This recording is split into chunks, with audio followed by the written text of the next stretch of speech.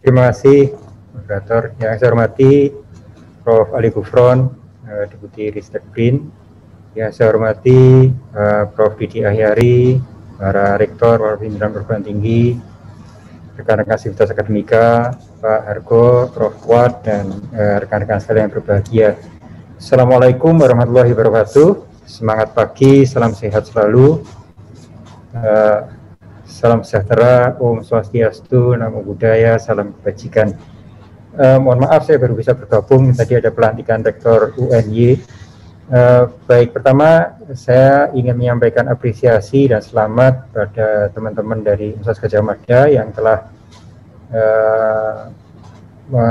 berhasil menghilirkan karya, dalam hal ini Jinos, yang sangat dibutuhkan di masa pandemi ini sebagai bagian penting di dalam upaya kita memitigasi pandemi. Memang selama pandemi kemarin ini perguruan tinggi kita dahsyat sekali, luar biasa sekali. Lebih dari 1.000 invensi inovasi yang dihasilkan oleh perguruan tinggi, dan banyak dari invensi inovasi tersebut langsung masuk ke produksi. Ini adalah luar biasa sekali, belum pernah terjadi selama kita punya pendidikan tinggi. Begitu teknologi dikembangkan, langsung diambil oleh pasar. Ini adalah contoh di mana kita sebetulnya bisa melompat, bisa melakukan terobosan breakthrough dari skema-skema yang selama ini kita pandang sebagai langkah standar untuk menghilirkan karya-karya dari perguruan tinggi, mulai dari TRL 1, 2, 3, 4, 5, 6, 7, 8, 9. Begitu masuk TRL 9, produknya sudah ketinggalan zaman. Nah, ini terobosan-terobosan semacam itu sangat kita dorong, bagaimana riset yang memang betul-betul bisa langsung menghilir itu segera kita hilirkan. Nah, saya ingin sharing sedikit tentang upaya kita, upaya Dikti untuk mengakselerasi lompatan-lompatan tersebut. Jadi Kedereka ini adalah warung marketplace di tempat para inventor, inovator berjumpa dengan mitra. Jadi kita perlu membangun ekosistem Mereka Cipta untuk membangun daya saing bangsa, dan ini sangat terinspirasi dari masa pandemi kemarin ini. Jadi mungkin saya berangkat dari revolusi industri keempat yang mendisrupsi segala hal, dan prediksi dari McKinsey mengatakan dalam 10 tahun ke depan ini di Indonesia 23 juta lapangan pekerjaan akan hilang.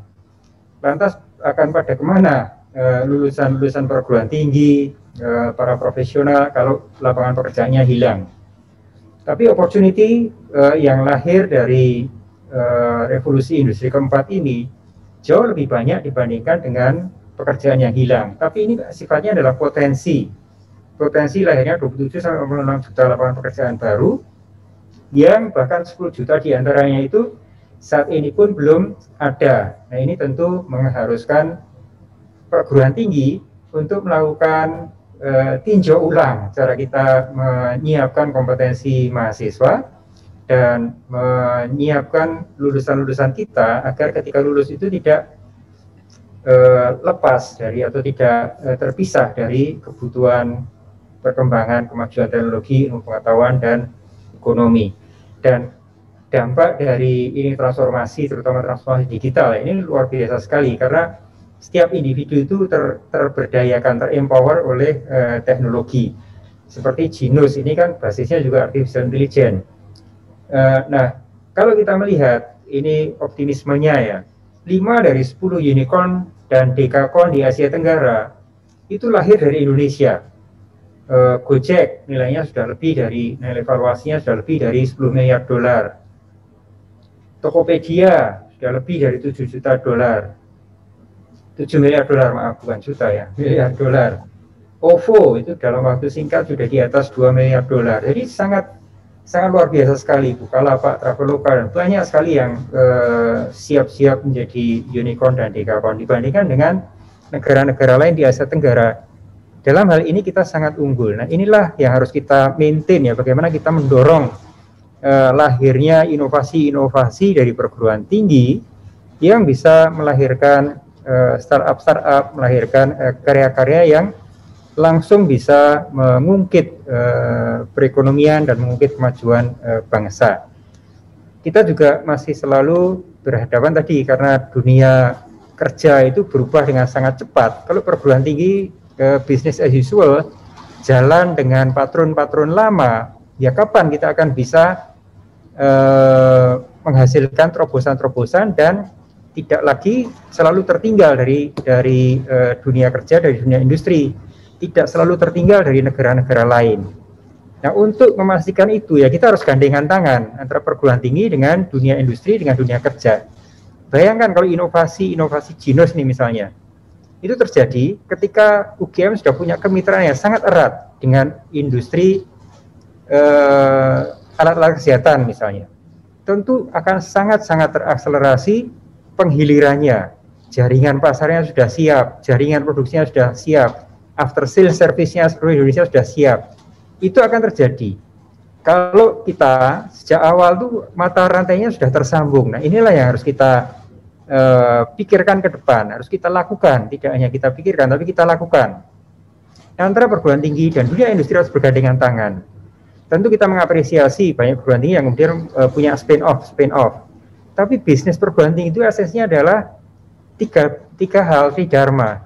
Kalaupun punya lengan bisnis bagus, tetapi tidak mungkin nanti perguruan tinggi itu kemudian menjadi mengurusi seluruhnya, distribusi, produksi, pemasaran dan sebagainya. Nanti berubah jadi perusahaan, bukan lagi menjadi lembaga pendidikan tinggi. Nah, ini yang harus kita bangun, sinergi, kolaborasi, kerjasama antara perguruan tinggi dengan dunia kerja, dengan dunia industri. Untuk dua hal paling tidak, pendidikan dan penelitian. Pendidikan supaya mahasiswa juga langsung memahami dan langsung engage penuh dengan dunia kerja. Penelitian supaya terjadi hilirisasi dengan terakselerasi dan kebutuhan dari industri bisa menjadi agenda-agenda utama riset-riset kita di perguruan tinggi. Selama ini kita di dalam menyelenggarakan riset itu mengacu pada frame nasional, arah riset nasional ke kanan misalnya. Ya semuanya berlari ke kanan, tapi industri dan dunia kerja berjalan dengan lajunya sendiri dan kebutuhan sendiri, yang kebutuhannya adalah tantangan hari ini. Nah, ini yang harus kita hindari ya. Tentu bagus kita punya agenda riset nasional yang mengadres kebutuhan-kebutuhan dasar untuk kemajuan Indonesia ke depan, tapi yang merespons langsung industri ini harus juga kita lakukan. Nah, bagian ini kita coba jembatani dengan kita membangun warung, membangun marketplace yang kita sebut dengan Kedai Reka. Jadi dalam pembelajaran juga begitu. Selama ini kita silo-silo. Mahasiswa ekonomi tidak pernah punya akses untuk belajar tentang big data analytics di ilmu komputer. Tidak pernah punya kesempatan untuk belajar tentang artificial intelligence. Tidak pernah punya kesempatan untuk belajar tentang Internet of Things misalnya. Dan sebaliknya, mahasiswa teknik tidak pernah punya peluang untuk mengetahui tentang marketing, tentang bisnis, tentang manajemen, tentang psikologi dan sebagainya. Ini harus kita bongkar.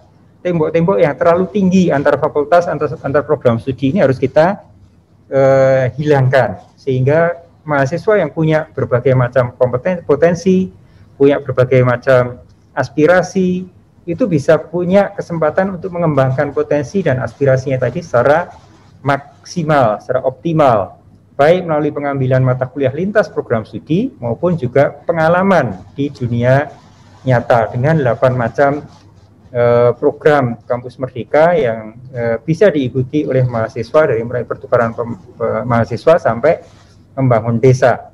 Dan untuk mentransformasi perguruan tinggi, kita juga meminta kontrak kinerja antara rektor dengan kementerian, itu kita fokuskan pada 8 hal saja. Satu, lulusannya seberapa banyak yang bisa bekerja, langsung bekerja, atau menciptakan lapangan pekerjaan baru yang layak dan dengan penghasilan yang baik tentunya. Apa gunanya berpendidikan tinggi kalau kemudian masih bergantung pada orang tua. Kemudian untuk memastikan bahwa mahasiswa itu punya agility yang tinggi, maka seberapa banyak mahasiswa yang mengikuti program pengalaman di luar kampus minimal 1 semester. Demikian pula dengan dosennya, dosen yang menyelesaikan problem-problem nyata di industri, problem-problem nyata di masyarakat, itu kita sangat dorong. Dan sebaliknya, membawa praktisi profesional masuk ke kampus supaya kita tuh saling kenal, saling tahu, dan bisa bergandengan tangan betul. Tidak saling jalan sendiri.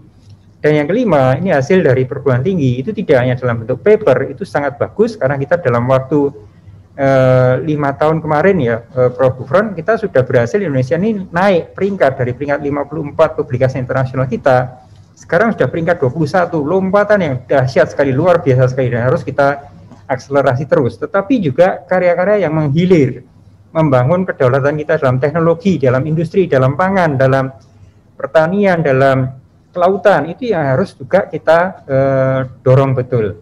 Dan yang keenam, perguruan tinggi kita untuk bermitra dengan mitra-mitra kelas dunia, serta kelas-kelas kita, ruang-ruang kelas kita itu lebih kolaboratif, partisipatif, dengan case-based learning, project-based learning, sehingga problem-problem nyata di lapangan itu akan menjadi bagian keseharian untuk diselesaikan oleh mahasiswa dan mendorong pada standar internasional. Nah, sinergi kampus dan Dudi ini harus kita bangun melalui kolaborasi ABC FDM ya, akademisi, bisnis, komunitas, finance, karena banyak anak-anak sekarang yang ingin menjadi wirausahawan, government, dan media. Nah, kita menyiapkan 3 instrumen. Pertama, anggaran tahun ini 500 miliar itu kita fokuskan untuk memberikan apresiasi pada PTN-PTN yang melampaui target sasaran kinerja yang sudah menjadi kontrak tadi. Jadi 8 IKU itu menjadi fokusnya. Yang kedua, ini KDRK, ini matching fund untuk sinergi antara industri dengan perguruan tinggi dalam mencapai 8 indikator kinerja utama tadi. Dan yang terakhir, program kompetisi kampus merdeka. Jadi ini untuk PTN-PTS silakan untuk KDRK dan kompetisi kampus merdeka ini terbuka peluangnya, kesempatannya untuk memanfaatkan pendanaan pemerintah tersebut. Yang KDRK ini sifatnya individu, dosen atau kelompok dosen bersama mahasiswa, punya inovasi, punya invensi, ada industri yang membutuhkan, ada peluang yang terbuka, maka pemerintah akan mendampingi komitmen dari mitra tersebut Rp1 untuk Rp1, bahkan bisa kita dampingi sampai Rp3 kalau dampaknya luas pada masyarakat. Jadi ini sinergi pentahelix dan juga downstreaming dan upstreaming kebutuhan pasar. Downstreaming itu dalam arti menghilirkan karya-karya dari perguruan tinggi, dari hasil risetnya untuk bisa masuk ke pasar, Gino supaya bisa masuk ke produksi yang massal. Dan sebaliknya, problem-problem dari industri, problem dari rumah sakit, masalah ventilator, ini ada kekurangan ventilator, menjadi agenda di perguruan tinggi, riset untuk bisa menjawab pertanyaan tadi. Pertanian, pasca panen, ini kesulitan kita mengawetkan salak pondok, masuk menjadi riset-riset, agenda riset di perguruan tinggi, sehingga ini nyambung, upstreaming dan downstreaming. Problem dari industri menjadi bagian dari kurikulum sehari-hari mahasiswa, jadi bagian dari riset perguruan tinggi, dan bagian dari karya perguruan tinggi yang akan dihilirkan. Dengan begitu akan terjadi sinergi pentahelix tadi. Nah, selama masa pandemi kemarin ini kita melihat bagaimana karya-karya inovasi, invensi dari perguruan tinggi luar biasa sekali. Kami catat lebih dari 1.000, bahkan 1.600 sekian invensi, inovasi dari perguruan tinggi, mulai dari ventilator, ada alat sterilisasi, ada rapid test, dan terakhir kemarin Ginos, drone, robot nurse, dan sebagainya. Banyak sekali karya-karya yang tiba-tiba lahir dari perguruan tinggi, tiba-tiba seperti euforia, semua semangat untuk menghasilkan karya. Nah, ini harus kita maintain, kita pertahankan. Saat ini kita tahu 95% alat-alat kesehatan kita impor. Kebangetan sekali, bahkan bahan baku obat itu hampir semuanya impor.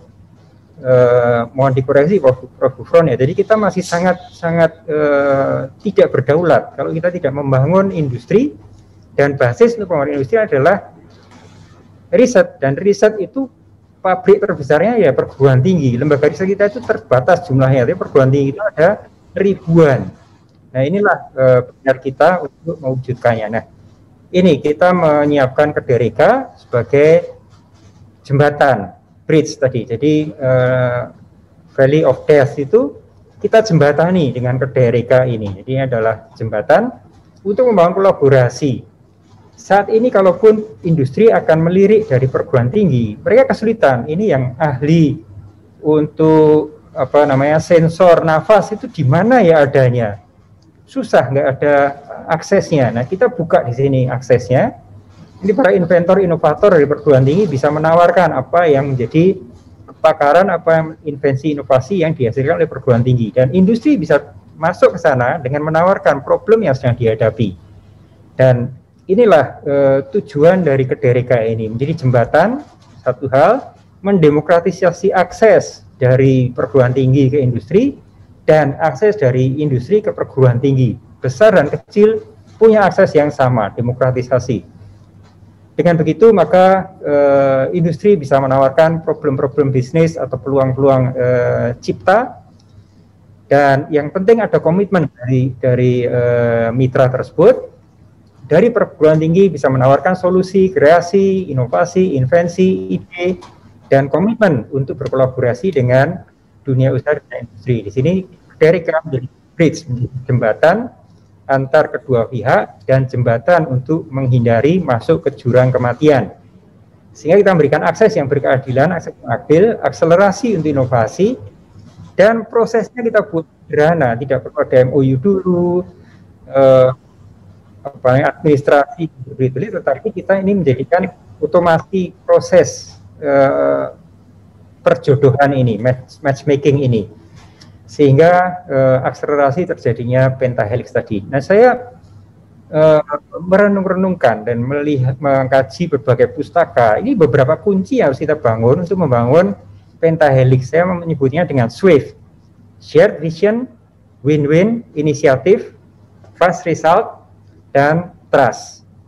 Shared vision, ada kesamaan visi, ada kesamaan values antara industri dan perguruan tinggi, sama-sama mempunyai visi untuk masa depan bangsa yang lebih baik. Ini harus diyakini bahwa kita semua punya visi yang sama sebagai dasar untuk membangun kerjasama. Kedua, harus win-win. Kita tidak bisa melihat dari satu kacamata kita sendiri, selfish.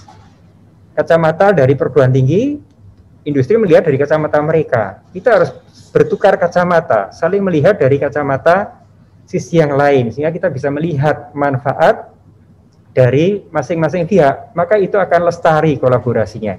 Tapi kalau hanya melihat dari kepentingan kita sendiri, tidak akan lestari. Jadi kerjasama saling menguntungkan kedua belah pihak dan kemaslahatan masyarakat luas. Ketiga, inisiatif. Ada leadership, ada inisiatif untuk proaktif dari kedua belah pihak untuk menjaga keberlanjutan kerjasama tersebut. Yang keempat, fast result. Ada fokus yang menjadi agenda bersama. Jadi fokusnya pada output, pada hasil yang sebisa mungkin itu sesuatu yang cepat tercapai untuk bisa menjadi momentum untuk berkelanjutannya kerjasama tersebut. Kalau hanya berkutat, merembuk MOU-nya, bagaimana kerjasamanya, nanti hanya berputar-putar sekitar itu, sudah tanda tangan selesai.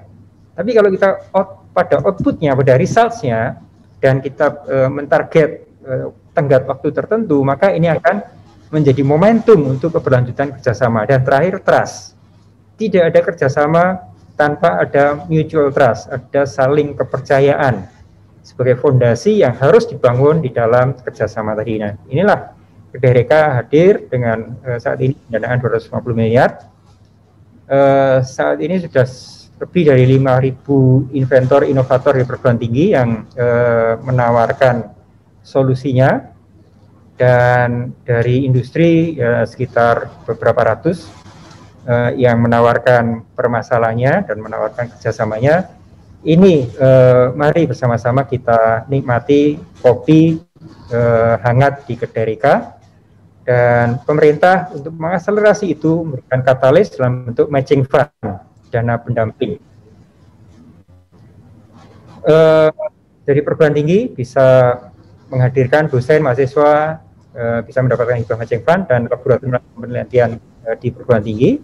Dan dari industri bisa menawarkan tenaga ahli, tempat-tempat untuk praktek mahasiswa dan peneliti, dan kontribusi dari industri, baik dalam bentuk tunai maupun in kind.